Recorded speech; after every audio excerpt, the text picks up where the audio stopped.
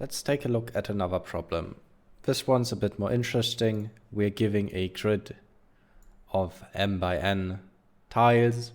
That grid is either filled with empty cells, fresh oranges or rotten oranges.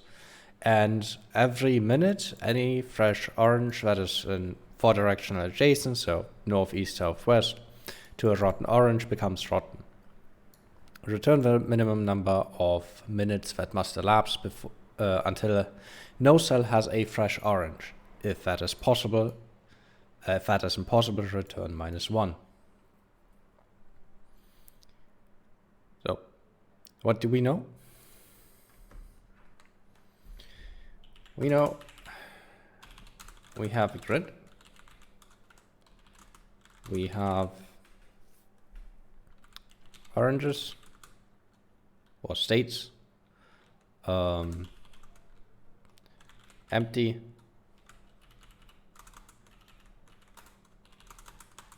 fresh, rotten. Every tick, I'm just calling it a tick because it doesn't matter that it's minutes or not, it's every cycle, whatever. Every tick adjacent fresh oranges rot if adjacent to rotten ones.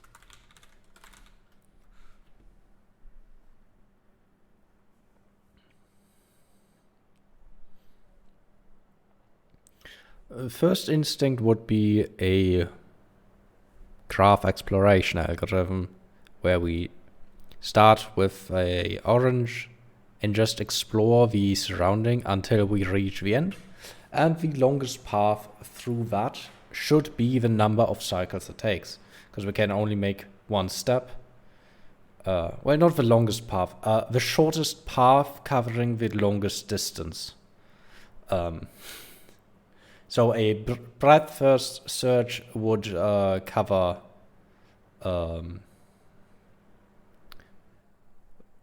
the longest distance and the shortest, the furthest away point and the shortest distance, which would be the time it would take to rot. Now, that is good if we only have one rotten orange. It doesn't quite work if we have multiple rotten oranges. Because if we just start looking from here and we iterate through here, then we'll find this. But if there's another rotten one here, obviously it'll only take 2 cycles, because these will rot in the first cycle, these will rot in the first cycle, and in the second cycle this one will rot. Now, the next question is, how do we want to represent our data? I'd still use some breadth first search, but we'd start at multiple spots at the same time and just expand out from them. So let's do a breadth first search from multiple starting points.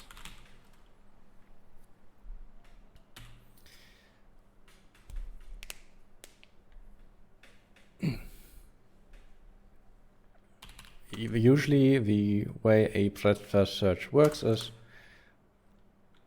we start at point X, add the neighbors,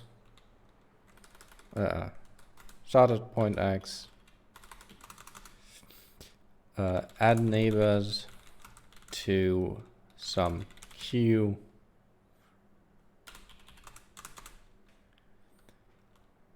mark X as done, pick the repeat starting at first element in queue,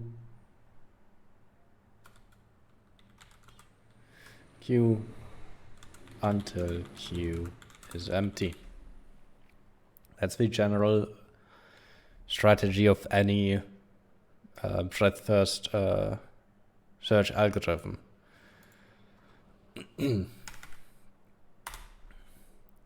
So we need some sort of queue that denotes if we are going to what we need to visit. For that we need some sort of, well, types aren't gonna get us far in this type of editor because we're not gonna get type completion or any IntelliSense here. But we need some sort of pair, which is wrong language, which has x coordinate a y coordinate and a distance, which is a number, because we want to know the furthest distance. We do need to keep track of it.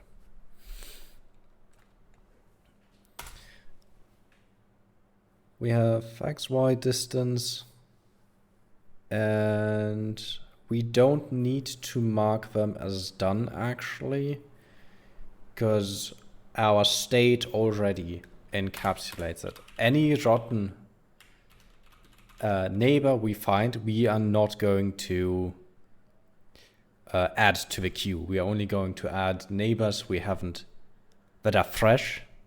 We're not going to add empty cells, and once the queue is empty, we still need to check if there are any fresh ones left, because that means they couldn't be reached. They were on an island.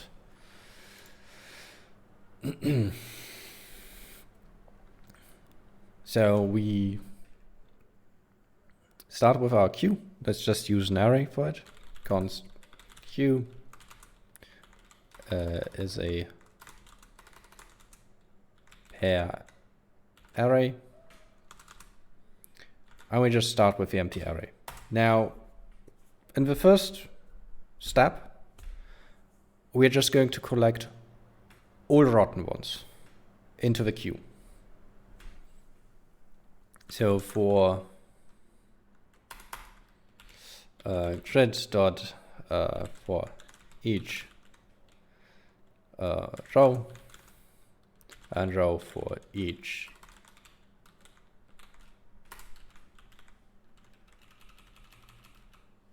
column, we want actually the indexes.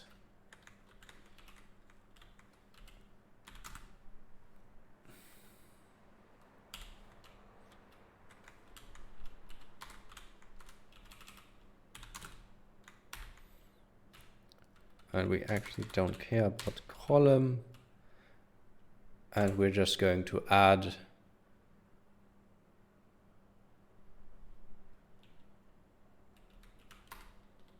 actually this is the cell state. We can just do this, and then we can check in here if our cell state equals to 2, I believe. 2. Then we add it to our queue. Push, I believe that was in JavaScript. And we're going to push our pair here, which is x, y, and distance of 0. That's our setup code. And we have our queue now, and we can process through them. Now, maybe I should explain a bit more why this works. And the reason we can just push them into the queue is because this queue will be sorted by distance, since we're always pushing to the back and we'll be pulling from the front. All the 0 ones will be processed before we see any distance 1 cells. I shouldn't call this pair, actually. Let's call it a node. Because we're iterating through graph here. Node seems appropriate. Right, so before we see any distance ones, we'll have processed every single distance 0. And that means we'll have then, our array will consist of no distance zeros and only distance ones then. And then when we start processing the distance ones, we'll start distance 2, we start to push them to the end. And we repeat that till no distance ones are left, and then adjust the distance 2 ones, and we keep going. So let's say if we have a node here and a node here, and we process this one first, then we'll have these 2 in the queue. Then this one is the next, and we'll add these 2 to the queue. And these 4 will have distance 1. And in the next step, any of these get processed. Probably one of these 2. Let's look at this one first. This one will not add anything to the queue because this one's already rotten, this one's rotten, so it's done. This one's more interesting because it's still got a fresh one. It'll process it and add it to the end of the queue. So we have still this one with 1 left, this one with 1 left, and this one with 2 at the very end. Then we process this one. There's nothing to do because these are already rotten. We look at this one. This one's already rotten. That one's empty. Nothing to do. Then we look at this one. The neighbor's already rotten. This one's empty. And at this point, we stop the algorithm because the queue is empty. And our answer would be 2. 2 cycles is the longest. I hope that was that explanation made some sense. Anyway, we collected all distance 0 in with this loop here, and now while our queue is empty, is not empty, so while queue length is larger 0, we want to do something. And what we want to do is we want to process our nodes. So let's see if I remember how to write a for loop in JavaScript. Can we do destructuring here? Well, I'll find out. X, Y, distance of, was it off or in? I never remember. Off was value or was off key?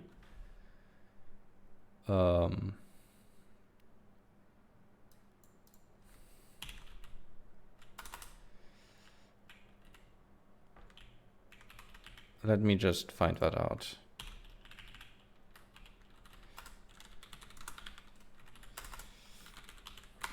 For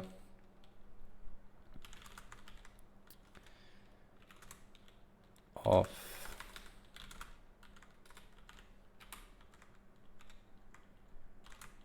I'll also tell me if I can do destructuring. So for A in this array here,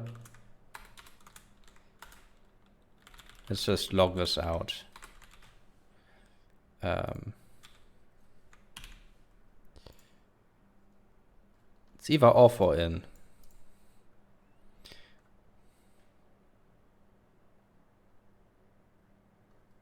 Yep, types are written with an equal sign. That is correct.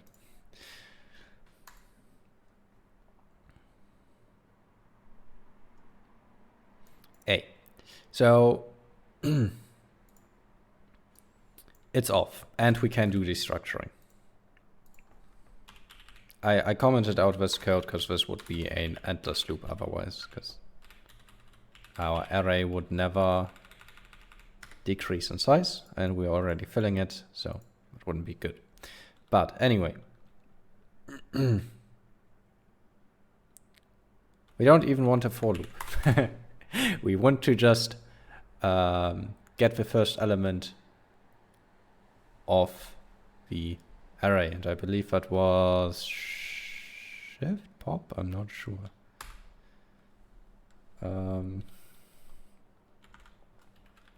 1, 2.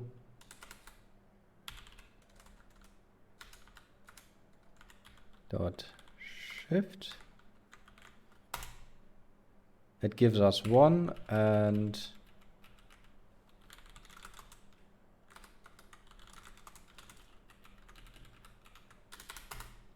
if we do a dot shift and then print out a, it's the, yeah, shift is pop first. Okay.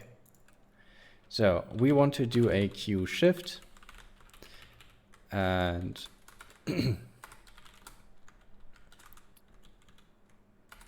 I'm hitting all my keys. Now we can do our destructuring. And look at the surrounding neighbors. Our neighbors are x minus 1, y, x minus 1, y, x plus 1, y, x and y minus 1, and x, y plus 1. Those are all of our neighbors. And for each of them,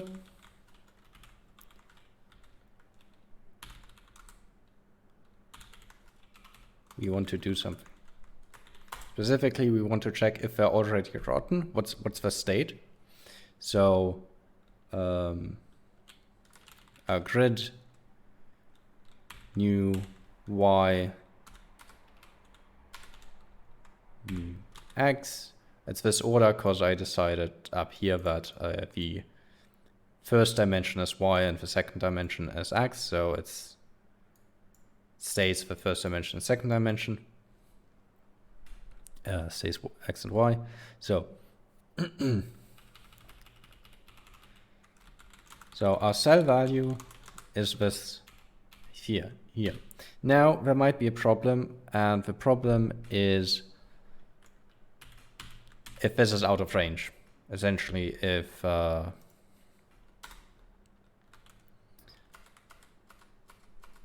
x is outside of the range, if y is outside of the range, this will not work for us. We have a promise that this is a square grid, so we could determine m and m here. So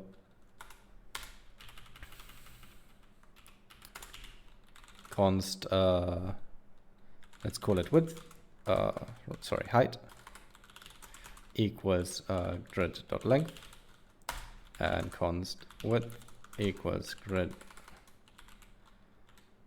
0.length. We have a guarantee that our grid is at least 1. Yeah, it is. And don't worry about when I do semicolons and when I don't, because I'm not consistent with that. I usually let my IDE fix all of that for me. So we have the width and height, and before we do this, we want to check if we're within bounds. So if nx is smaller width, is larger width, larger equals width, or nx smaller 0, or an y larger equals height, or height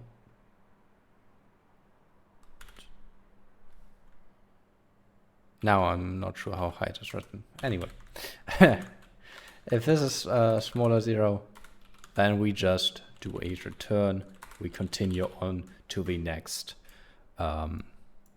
entry. There is no reason to do anything here.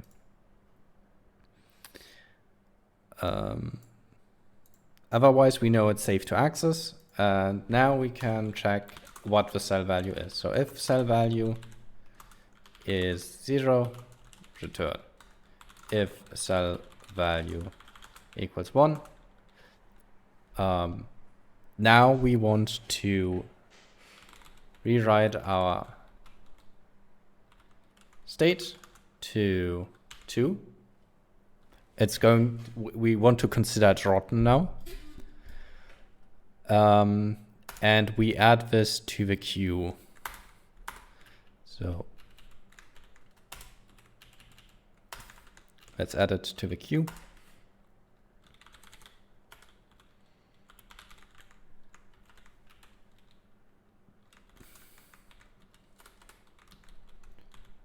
And x, y is n, y, and distance is our old distance plus 1.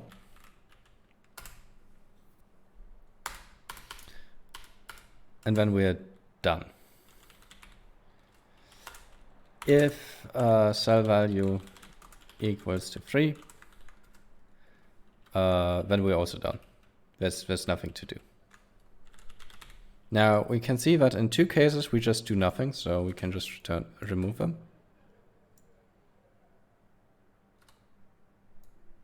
And just keep this.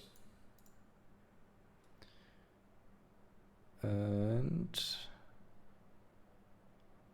this will run through the entire map now. And we need to determine in the next step whether everything is rotten. Because if not everything's rotten, the result is -1. And the maximum distance. So for the maximum distance, we could just keep track of it here. Max distance just equals 0. And then we can do simply a max distance equals math.max. I hope the math module is imported. I know in the last one I just did the comparison directly. But it's max distance or distance plus 1. Whichever one's higher, that's the one we're going to take. And at the end, we could return max distance. This is not going to work because we have potentially the issue of islands, but we can at least see if this works, or at least compiles for the base case, which it's not going to do because I can't type length. Run code.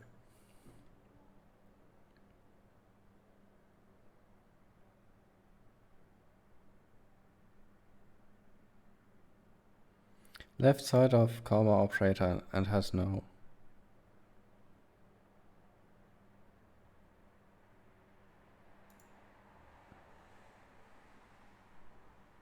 Type any cannot be used as.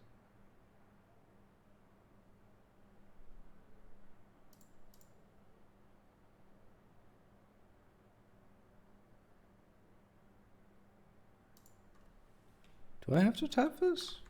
I should need to. But let's format this anyway.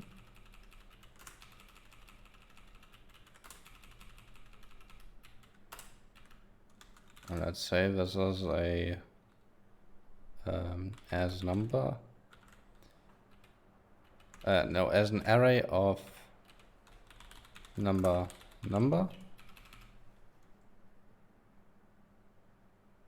That's the correct type for this thing.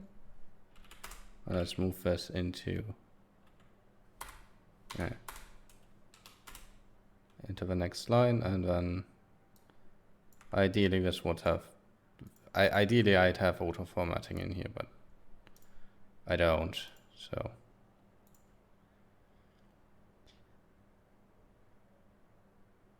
not sure what it means by left side of the comma.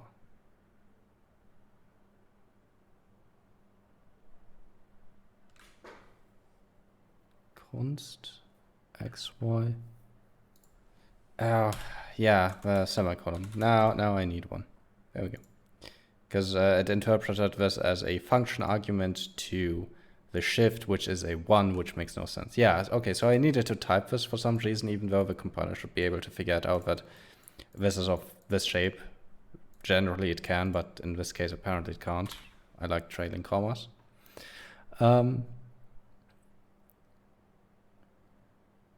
Yeah, so this worked for their base example. Like I said, we still need to check if there's any fresh ones in there, so we can just do a now we can do our for loops for let row of grid for let value of row if value equals 1, return -1. So if any that are left are still fresh, then we return enter board.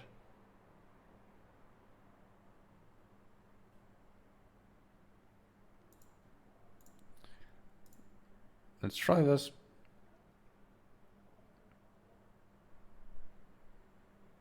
And we succeeded. So this is an example of breadth first search. We treat this grid as a graph and just keep in a queue the neighbors to be processed. If something is rotten or empty, we consider that cell as already processed, don't do anything to it. We never have an empty cell in here because we never add them in the first place.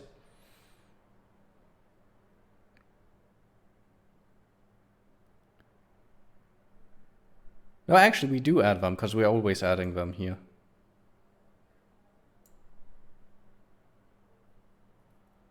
No, yeah, sorry, we only add them if it's an orange, so we never add the empty cells and we ignore the rotten ones. We don't reprocess them and add the fresh neighbors.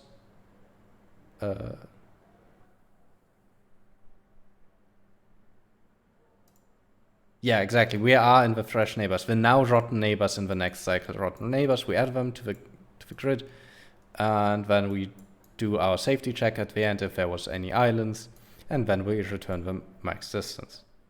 You'd think I could explain what this does, considering I just wrote and explained it beforehand, but apparently I already forgot.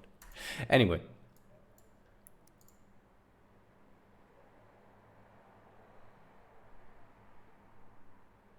Yeah, that's it for this problem. Like I said, more interesting than the last one. At least this time we had something to do with data structures. That's not just a list. And maybe we saw...